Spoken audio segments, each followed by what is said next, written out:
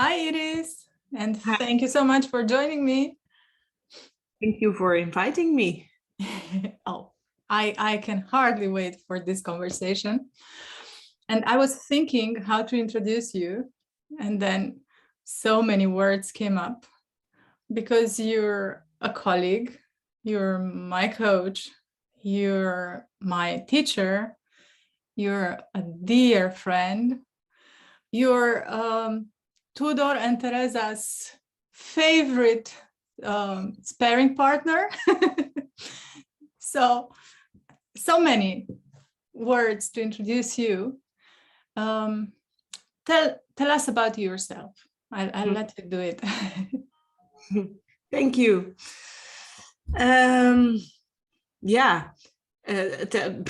Okay, I'm Iris. I live in the Netherlands. I'm married and I have two kids, two girls, Flora and Nikki, of 11 and 9 years old. And I work as a conscious parenting coach. And besides that work, I also work as a personal leadership coach, and I coach teams and mentor people that want to become a coach. So I'm doing a lot of stuff around coaching. And something else that's really important for me is I really, really love to be outside. So nature, being out in nature or just in my garden, that's very important for me. Mm-hmm. Wow. So thank you. And I would start with one of my favorite questions. Why conscious parenting? Yeah. Well, the way this journey went for me was that I worked in a corporate environment for 14 years, and at some point I started a coach training.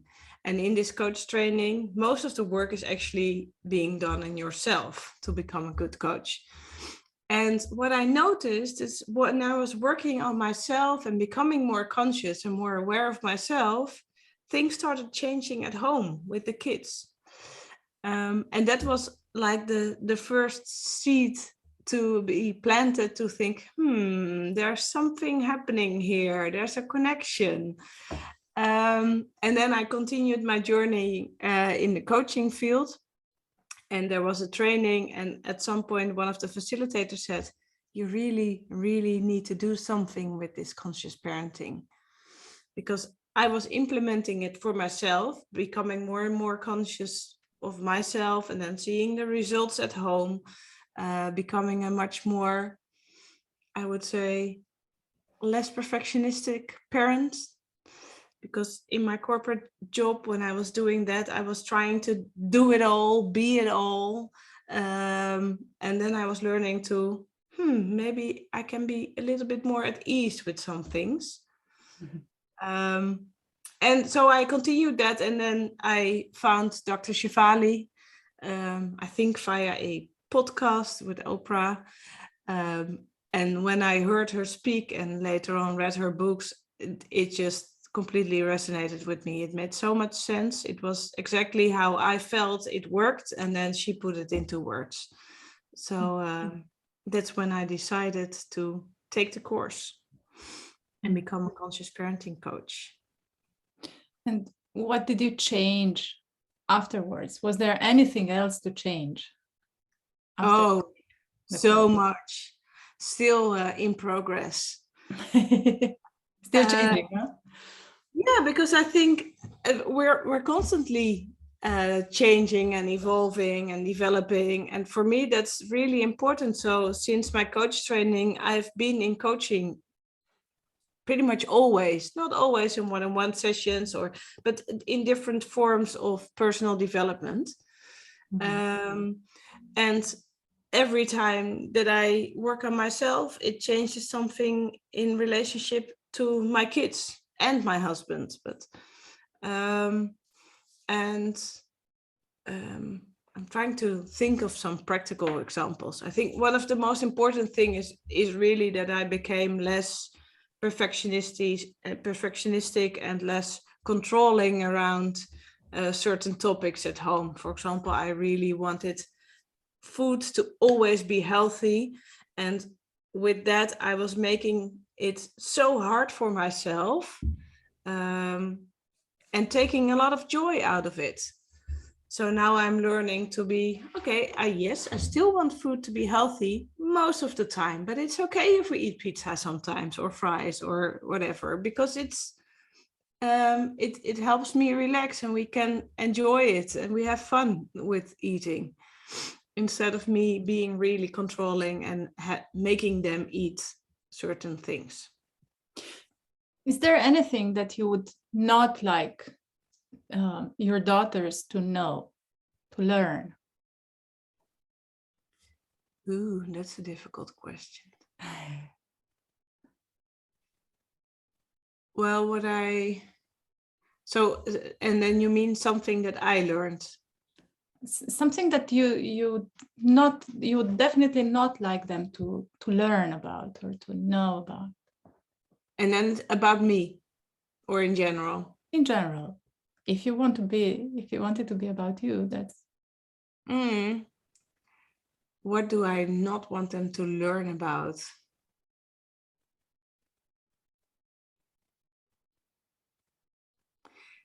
The one thing that comes to mind is that I want them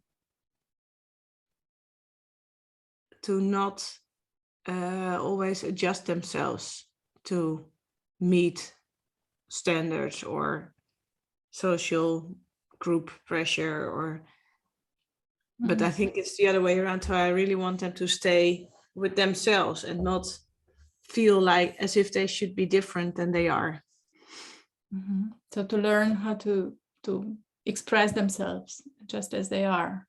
Yeah, and feel comfortable with who they are in all situations. I think what I did throughout my life was somehow I learned, which is a really helpful skill. I managed to constantly adjust myself to whichever situation or group of people I would be in. But that means that I'm also not in contact with my full self. And it's the reason I do that is from a certain sense of insecurity, of not being good enough. And I really, really want them to feel that they're 100% good and fine and great as they are. Yeah, indeed. That's beautiful. It's something important to wish for our children. Yeah. But it's hard because I keep noticing when I and my husband, when we're sending messages that are not in line with that. So when we tell them, no, you should be, oh, please do, or put on other clothes, or fix your hair, or whatever, it's in so many tiny things. And then that's so important that we become aware whenever we do that. And maybe to stop ourselves, even mid-sentence. Yeah.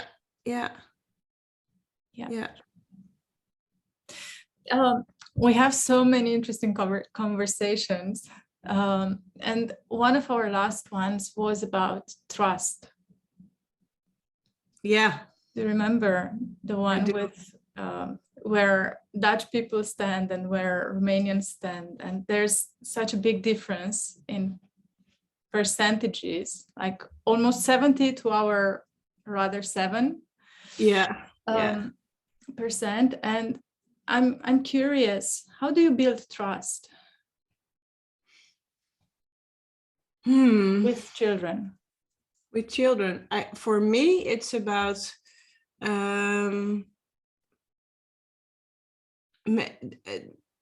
sticking to your promises. So if you say you'll do something, then do it. What if they forget? If the kids forget? I won't do it. They forget about it. Let me just promise it now, and then they forget about it. Yeah. Well, mine generally don't forget about it. If I have to promise something, then it's something important to them. But then I think I would still do it. Yeah. Yeah, so for me, it's about, I like how you do as you say and say as you do. It's something that they also use in work situations. So being transparent and sticking to what you're promising or saying that you'll do, then just indeed do that. Mm-hmm. And another thing, what we find very important here at home is that we respect each other's boundaries, also when it comes to personal space. So for example, their rooms, our rooms, we don't want them to just go up to our bedroom and play there. So that means that we don't do that either. So we do, well, if they say we don't want you to come in, then we don't come in. Mm. Or there's also lots of respect, what I hear in that. yeah, I think it's about respecting each other's boundaries. Mm-hmm. and personal space. Yeah. So for example, they have phones, not both. They aren't both on the internet, but they do have it for listening to music or to books. But we don't just go and check their phones. We don't just go and check because they can take pictures with them. We don't just check their pictures. We ask them to show them. Mm-hmm. And when they don't, does it happen that they don't show them? Sometimes, yeah. How do you stay with that? Because I'm very curious, so I really want to know. And then they can see how they can tease me by just saying, no, you can't see it. Yeah, so that's hard for me. But more out of curiosity, because I trust them. So I guess, how do you build trust? By trusting them. Mm-hmm. Yeah. By saying what you're doing. By doing what you're saying. Or when they go to the store and they buy stuff and then they say that they bought something and that's it, then I'm not going to recalculate the money, whether that's really 100% true or not. I trust them that they did what they say they did. They bought what they bought. So you're approaching teenagehood. Yeah. As in your eldest daughter does. Yeah. What does that feel like? What is that like? It can be really hard. And she's only 11, so she's not full in teenagehood yet. But I notice that she does get to be. She has more moments when she's secretive. She doesn't always share everything. And sometimes she's really angry out of nothing. At least that's how I perceive it. And then the other time, another moment, she's really cuddly and small. But yeah.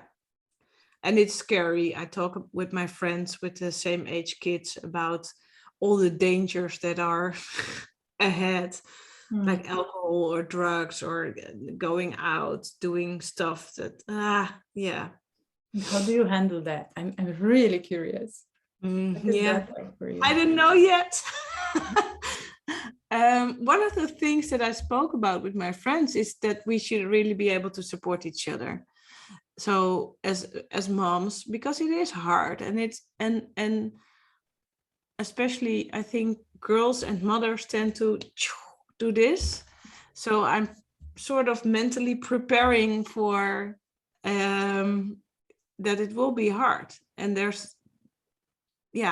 I will feel anger or attacked or out of control because of her behavior, because when she doesn't let me in, or when she won't share what happens, or But I think one of the biggest things for me now is first of all to align with myself and to know what's happening within me, and to get support, to make sure that there's support with my husband, but also with friends, that we can share about what she did now. This is and just listen to each other. Mm-hmm. Exchange stories. Yeah, and it's important for them also to have different adults that are around who share the same ideas as you do. And then that's something that I'm already thinking about.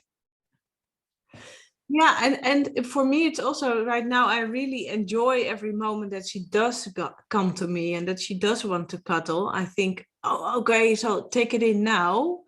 And also be there for her.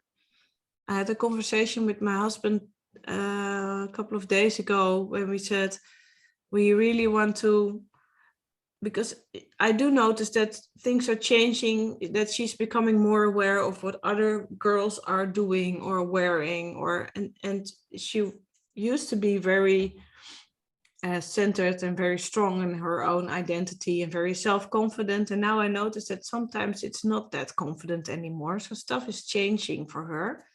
And I told him we should be able to really fill her cup at home of being, well, what we started about, of her being perfect as she is.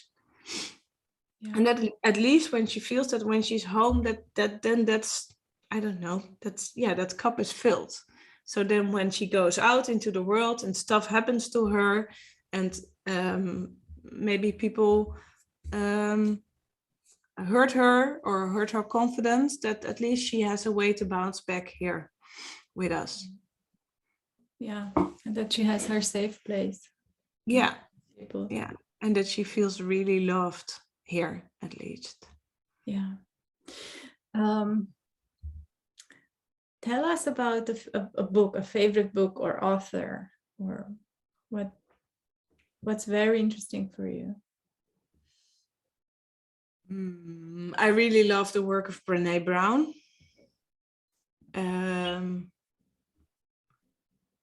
Yeah, I love the books, but I also love her talks, and because I really enjoy how she gives really serious stuff, and it's really important stuff, and at the same time brings it in a way that it's fun and light and easy to digest.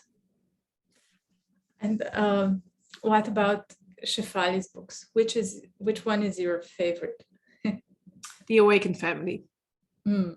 Yeah, I didn't get it here, but it has like 1 million markers in it. Mine does too. Yeah. Yeah, I also loved how she made it really easy, quite easy to digest, where it's a big topic, right? It's a complex thing, maybe more to do than to talk about, but it touches so many areas, the whole conscious parenting. Yeah, so I like how she made it clear in that.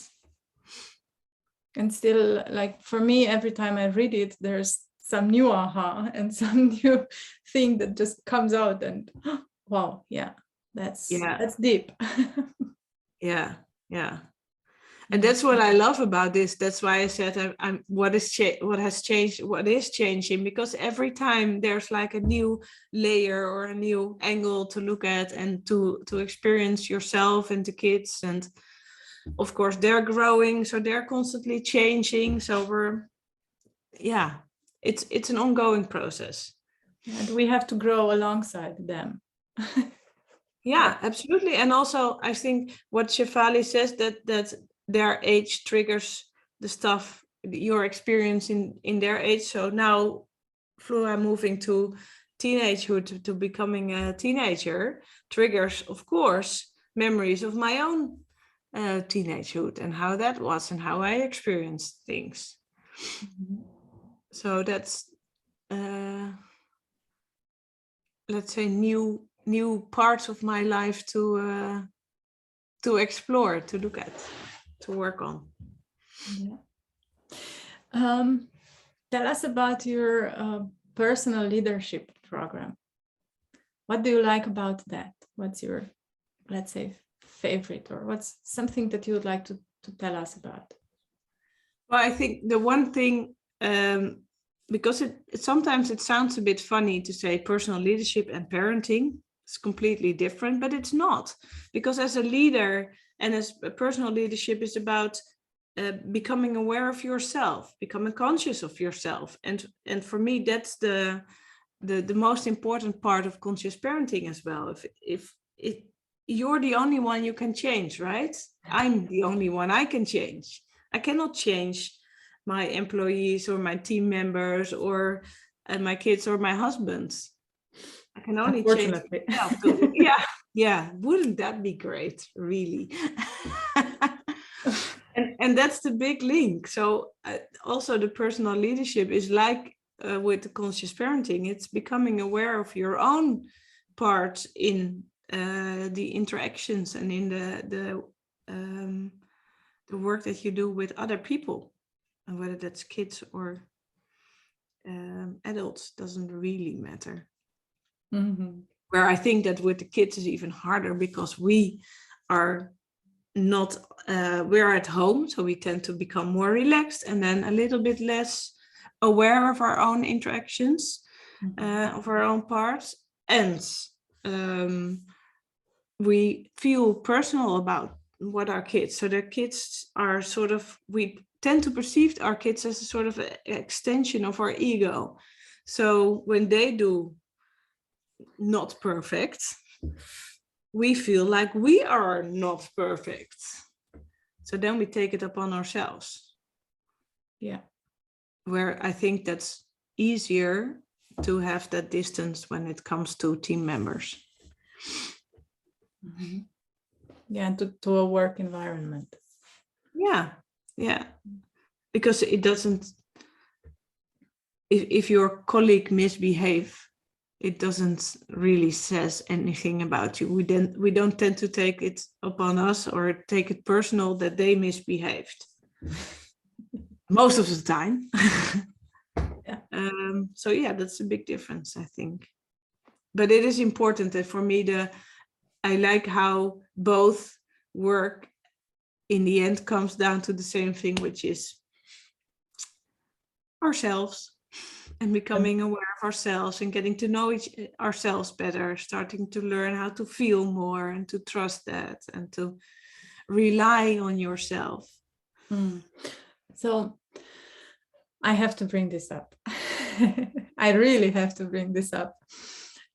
What does connection mean to you? Yeah.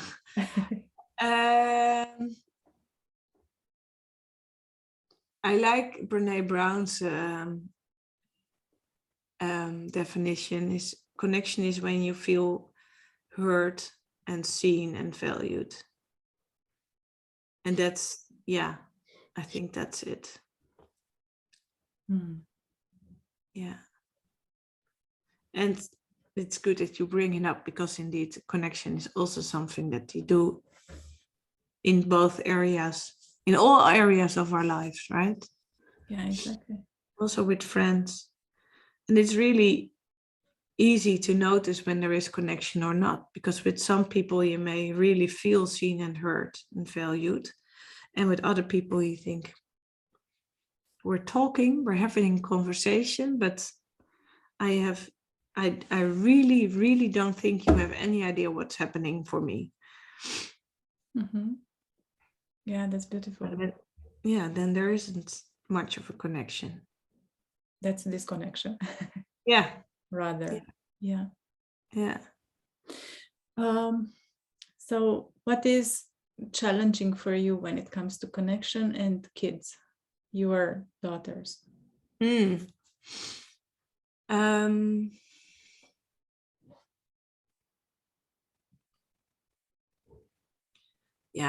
something happens and I get triggered, or let's say old pain gets triggered by the behavior of one of my daughters, because that is really hard sometimes even impossible for me to really stay in connection, but then I just jump out and I become a kid myself, right? I act from my inner child and I become that 5, 6, 9-year-old, it depends, myself. And yeah, then it's really, really hard to stay connected with her. Yeah. And that happens faster when I'm tired, or when I've had a busy or tough day. Yeah, then sometimes it is harder to stay the adult, let's put it like that, to continue to see the child in pain and not react to it. Because I guess it's hard then to stay present. Yeah, it's hard to stay present. Yeah, that's the right word. Yeah, to stay here in this moment instead of going back in time to when I was X years old. Yeah. So when you were, Nikki's 9 years old now, right? Yeah. So then let's go back to Iris and the 9-year-old Iris. What is it that you would really want her to know? What would you really want a 9-year-old Iris to know about? I think that's that she's loved and that she's okay as she is. I think that's why I somehow miss that, and I've always felt like I should be different or working harder or being better to be okay. And that's why that's so important for me to not continue that cycle to them, because I can see that it's something that came from my grandmother and her grandmother, and it's in our female family DNA in the system. So I'm really wanting to break that cycle and to be aware. And at the same time, I can see that for Nikki, that's sometimes a challenge too. And that's painful to see, because then it triggers me that I failed, or yeah. Wow, that is it gives me the goosebumps, and the opening that you're showing us right now. That's just, thank you so much for that.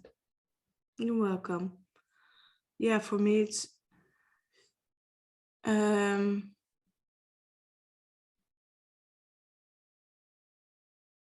I think in order for people to understand this work, it's good to have like practical examples and to be able to share, and sharing is healing, right? So when you share, it always becomes a little bit lighter. You can talk about it. Yeah, but it's always, I think that's the other biggest challenge with the whole parenting, is that it's hard to see your kids struggle with the same things that I've struggled with, and that I really, really wanted them to prevent them from having to experience the same. You want a better life for them, right? Yeah, that's why I think it's so important when we start with what we don't want to pass on to them and what we want, because there's so much want there, which comes just from us and not really from seeing the child in front of you and who they are and how they are. And yeah, that's great the way you said it. So I will add your website below the interview, but if you want to tell us some more or something more about how to find you, or what you are, I don't know, what do you want to do next? What's your plan for the future for the next month, or if there's anything that you want to share with us, just please do.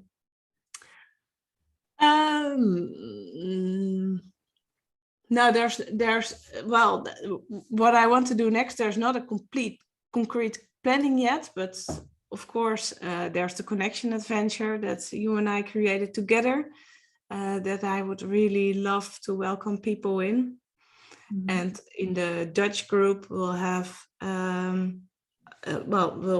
we'll have a Dutch group and a Romanian group, right? So then in the Dutch group, we'll have the Zoom sessions, and that we can actually talk together, which I think is so important in these times, to be able to support each other and to really talk amongst each other and not just have like online trainings. And I'm available for coaching, of course. So if you're interested in diving deeper and exploring more, then you're very welcome to join me for coaching sessions. And on my website, there's offers for that. Yeah. And I can say that's highly professional. And yeah, the coaching that you offer is just next level. So thank you so much, Iris, for being with us and for opening up. And I'd like to meet again, maybe in some time, and then we can talk again. Thank you so much for being here. Thank you too. See you soon. Bye. Bye.